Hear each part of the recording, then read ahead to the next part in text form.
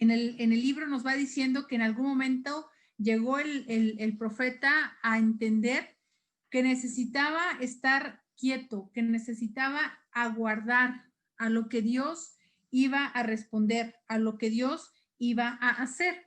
Y de hecho vemos prácticamente en el capítulo siguiente, él comprende que hay momentos en los que Dios no responde a una oración, quizás porque el motivo no es el correcto, que es como el capítulo anterior que leímos, el capítulo 9, hablamos acerca del motivo, y oramos en un motivo pues totalmente desviado, lo que Dios está buscando que nosotros estemos intercediendo, y en ese momento en el que no vemos respuesta, a lo mejor lo que tenemos que hacer es lo que hizo el profeta Habacuc, es decir, esperar, estar quieto, guardar nuestra boca para no estar reclamándole al Señor y más bien decirle, fortaléceme, fortaléceme para ver tu respuesta, para ver lo que sí debo hacer.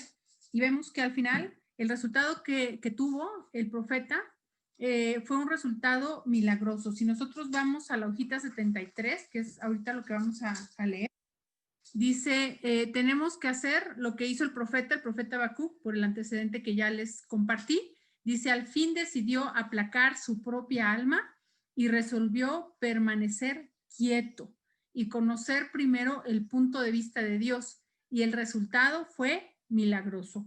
Entonces, vamos a leer el segundo párrafo que está en la hoja 73. Tenemos que hacer lo que hizo el profeta, a fin de que, al fin decidió aplazar su propia alma, resolvió permanecer quieto y conocer primero el punto de vista de Dios. Y el resultado fue milagroso. No estuvo sentado mucho tiempo en la torre de atalaya para ver qué había de decirle el Señor. Antes que llegara la respuesta, y Jehová me respondió y dijo, escribe la visión y declárala en tablas para que corra el que leyere en ella. Aunque se tardare, espéralo, que sin duda vendrá, no tardará. Y ahí está entre paréntesis capítulo 2, versículo 2 y 3 de Habacuc. Toda la lamentación cede y el profeta estuvo junto a Dios en el cumplimiento de un juicio terrible contra su pueblo, debido a su orgullo e idolatría, y para la cual Dios emplearía a los caldeos para instrumento. El profeta había estado orando su oración de queja que terminó en un lamento y murmuración y que no le condujo a ninguna parte. Pero cuando vio las cosas como eran, después de haber esperado en Dios y consiguió el diagnóstico verdadero de la situación, dio media vuelta y oró en consonancia con la voluntad revelada del plan de Dios, lo que trajo a luz el hecho de que Israel tenía que sufrir con propósitos y correctivos, que el amor no podía evitar que sufrieran por sus pecados, y que los caldeos, una vez que hubiesen infligido el juicio que Dios consumaría por medio de ellos, serían juzgados a su vez por pecados mucho peores. Si no queremos que nuestras oraciones sean inútiles, tenemos que consignar a la cruz todo sentimentalismo enfermizo, volvernos a encontrar con el principio de la posición relacionado con la oración. Si no queremos que nuestras oraciones sean inútiles, tenemos que consignar a la cruz todo sentimentalismo enfermizo. Volvemos a encontrarnos con el principio de la posición relacionado con la oración. Al final vemos que bueno, el profeta pues hasta le podía reclamar a Dios, ¿no? Estar enojado con él porque no le estaba respondiendo, pero en realidad lo que Dios estaba haciendo era tener un juicio contra la nación a través de los caldeos. Entonces, a veces de repente, pues es parte de estos secretos de la oración que nuestro diagnóstico no es el correcto. Y entonces lo que debemos hacer es esperar en Dios, es esperar en lo que Él está haciendo para que nosotros podamos comprender cómo debemos orar. Y a lo mejor ahí es donde el aprendizaje con Habacuc es estar quietos, ¿no? Estar esperando cuál es la dirección de Dios. Y aquí yo le voy a hacer un paréntesis, porque nosotros vemos que esta tierra y este cielo van a pasar, ¿no? Y que estamos mirando pues esas situaciones que Dios ya nos dijo en su palabra que iban a suceder, que nosotros más bien como hijos de Dios debemos entender que esto es un tiempo que ya Jesús nos había anticipado que iba a venir, ¿no? Entonces, a lo mejor el tema de quitar las pandemias, pues hoy eso no va a ser, ¿no? Sino que más bien vamos a empezar a ver que van a ser otros virus, otras situaciones, pero que más bien estamos llegando a un tiempo en el que nosotros como hijos de Dios tenemos el privilegio de haber sido alertados, ¿no? Por el mismo Jesucristo de que esto iba a venir.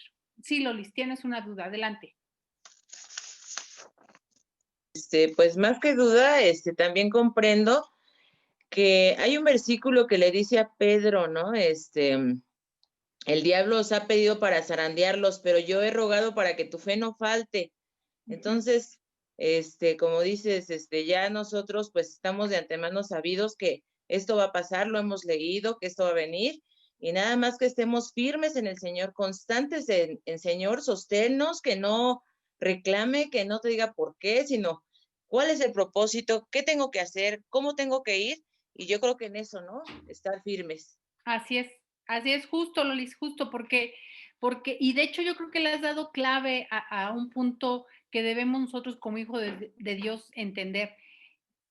¿Cómo yo me debo comportar ante estas situaciones? ¿Cómo yo debo de fortalecer mi fe ante estas realidades, ¿no? ¿Cómo es que no debemos de menguar, ¿no? Porque inclusive este tiempo es medio peligroso para que nos echemos para atrás, para que nosotros entendamos así cosas, los mensajes del mundo que van a empezar a venir hacia nuestras vidas, porque hay un mensaje hoy de temor, ¿no? Hoy hay un mensaje de enfermedad, de muchas emociones que quizás van en contra de la paz, por ejemplo, que el Señor solamente nos puede dar, el gozo.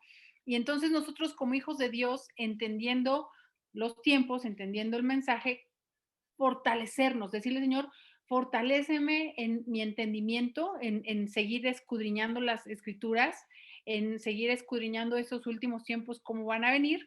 Y bueno, al final, cómo nosotros también podemos ser esa luz en medio de la oscuridad, porque vamos a tener un mensaje de esperanza, un mensaje del evangelio, de que esto es algo que va a acontecer en un periodo de tiempo, pero que al final el Señor vendrá de manera victoriosa. Entonces, mire, yo creo que nosotros debemos ser entendidos de que cada vez los tiempos son más cortos, que no sabemos cuánto va a suceder, pero sí el Señor Jesús dijo, oye, cuando todas estas cosas pasen juntas, resulta que el tiempo es más cercano, ¿no? Entonces, ahí es donde nosotros, como hijos de Dios, debemos de todavía sumergirnos más en su palabra y tener esa conexión con el Señor de tal manera que pues nosotros sigamos firmes, ¿no? Como yo me imagino, imagínate a Esteban, ¿no? Esteban que fue muerto allí a pedradas. Si no hubiera tenido una firmeza en su fe, si no hubiera estado totalmente fortalecido en el Señor, pues no hubiera reaccionado quizás como lo hizo, ¿no? Cantando, pidiéndole al Señor que los perdonara. Y entonces yo creo que ese es justo el tiempo en el que nosotros debemos de entender cuál debiera ser nuestra posición en medio de todo esto y cómo no perdernos de la fortaleza de estar en el Señor. Amén. Bueno, entonces es justo este tema del diagnóstico correcto. Ya leímos la página 73. Y fíjese que aquí viene una palabra que me hizo recordar al pastor Láscari, ¿no? Porque de repente él nos salía con estas palabras de sentimentalismos enfermizos, ¿no? O sea, que también nosotros no caigamos en esos huecos que pudiéramos tener en nuestra oración cuando el Señor nos dice, oye, esta tierra va a terminar, esta tierra va a pasar, ¿no? Entonces, más bien, el sentimentalismo nos gana y quisiéramos que esto cambiara, pero en realidad el plan de Dios, como en este tiempo con Habacuc, era que los caldeos fueran un instrumento de Dios de juicio para el pueblo. Entonces vemos que más bien aquí hay instrumentos que Dios está permitiendo de juicio para la maldad, para todo lo que se ha venido haciendo cada vez más severo, ¿no? Entonces, como conclusiones es, si solo pudiésemos ver y comprender qué es lo que Dios busca y se propone, esto es nuestra conformación como cristianos. Fíjese que de todo esto, y remarco otra vez tu mensaje, Lolis, el propósito de Dios para todo lo que acontece así en nuestra vida tiene este fin: conformarnos como cristianos de acuerdo a la imagen de nuestro Señor Jesucristo. Ese es el proceso, ese es el propósito, perdón. Entonces, por eso somos procesados de esa forma de parte de Dios. Entonces, si entendemos nuestro foco es la conformación de Cristo en mi vida, entonces mi oración va a ser súper distinta. Amén. Entonces, vamos a ir a la hojita 76. Dicen, oramos para que cesen las guerras y para que los hombres conviertan las espadas en hoces. Y tenemos la seguridad de la palabra de Dios, que llegará el día cuando eso será una realidad gloriosa. Pero esperar que eso suceda ahora significa violar toda sana interpretación bíblica. Naturalmente, como cristianos, aborrecemos y abominamos ese factor satánico que es la guerra, y podemos orar por la paz dentro de ciertos límites. Gracias a Dios por todas las almas amantes de la paz que oran por una mejor comprensión entre las naciones. Ojalá su número se multiplicara 100,000 veces, pero a fin de que no nos descorazonemos, no debemos olvidar el hecho de que, de acuerdo a la palabra del Inmaculado, quien no solo es sacerdote y rey, sino también profeta, esta era presente terminará con un periodo de tribulaciones como jamás la historia de la humanidad ha contemplado. Mirad, no seáis engañados. Se levantará gente contra gente. Habrá señales, y en la tierra angustia de gentes, secándose los hombres a causa del temor y expectación de las cosas que sobrevendrán a la redondez de la tierra, porque las virtudes de los cielos serán conmovidas. Y entonces verán al Hijo del Hombre, que vendrá en una nube con potestad y majestad grande. Y cuando estas cosas comenzaren a hacerse, mirad y levantad vuestras cabezas, porque vuestra redención está cerca. Lucas 21, 8, 10, del 25 al 28. El escenario está listo. Todo da a entender que se aproxima el fin del tiempo de los gentiles. Nosotros podemos y debemos orar por la paz, y Dios, en su gran misericordia, puede detener sus juicios, como en el caso cuando Abraham oró por Sodoma, cuya destrucción quedó postergada hasta que Lot fue liberado, con los que, de acuerdo a las Escrituras, terminará esta dispensación perversa. Pero esperar y orar por un orden mundial que solamente la aparición de Cristo podrá traer es proceder sobre la base de un diagnóstico equivocado, que es un callejón sin salida que solo conduce a la desesperación. Muchas gracias, muchas gracias. Justamente de esto es que estamos hablando, ¿no? De que al final la tierra y el cielo van a pasar y pues la realidad es de que nosotros, aunque oremos por toda esta paz que quisiéramos, pues no se va a poder dar, ¿no? Porque al final, pues Dios ya delimitó, ya está más bien como con Sodoma y Gomorra, ya había un juicio sobre ellos y esto va a suceder. Aquí lo que hay que resaltar es que, fíjense en la lectura de entrada, este libro no es de ayer, ¿no? Este libro no es como de hace poco, es un libro que ya inclusive hemos notado palabras de un español más antiguo, ¿no? No muy usado para que nosotros podamos entender el significado. Entonces, ¿desde cuándo, por así decirlo, estaba entonces esto establecido? ¿Desde cuándo el hermano está diciendo, pues, sí es bueno que oremos por la paz, sí, no quisiéramos tener guerras, pero ¿qué crees? Jesús ya nos dijo que justamente esto va a suceder, ¿no? Entonces, más bien es nuestra oración, así como con Abraham, es, oye, quizás haya un justo en ese lugar, ¿no? Y en ese lugar el justo pues era Lot, ¿no? Y hasta que no salió él, pues vino la devastación, pero al final esto va a suceder, ¿no? Entonces, una vez más, estamos orando de acuerdo a la ley del diagnóstico correcto, para que nosotros entonces no nos desviemos o no nos vayamos en contra de lo que Dios ya está buscando hacer.